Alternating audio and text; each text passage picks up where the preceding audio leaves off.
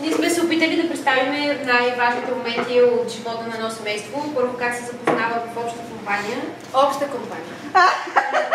Преди това са били отделни един от друг. И постепенно как се сближават, първата целувка. Изгледан месец във Франция. Да. Също сме показали техните първи мисли един за друг. Тя се казва, ох, много е готин, ама искам Бог да е в контрол. Той мацка е, но трябва да не гледам само външното. Отдолу от нея и под него сме изписали какви характеристики от най-основните, разбира се, защото те са много. И са трудно да ги изберем всичките. Списахме само част от най-важните.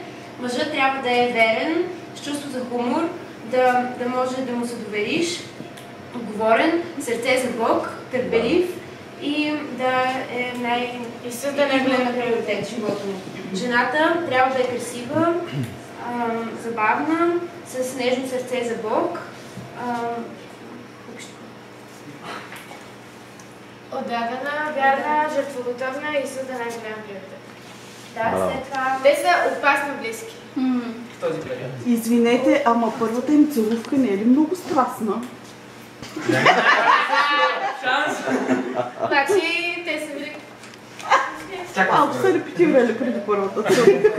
И после на второто сме показали как вече имат цяло семейство, имат дом и така нататък. Тук сме записали какъв е дома.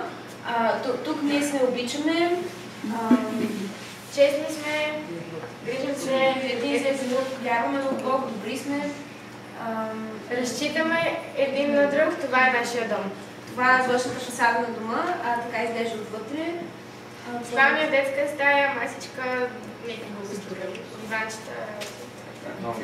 И бебе, тяхната кола, техните семейни моменти, техния пръв дом, как се нанасят, забавни моменти и така нататък. Браво! Браво!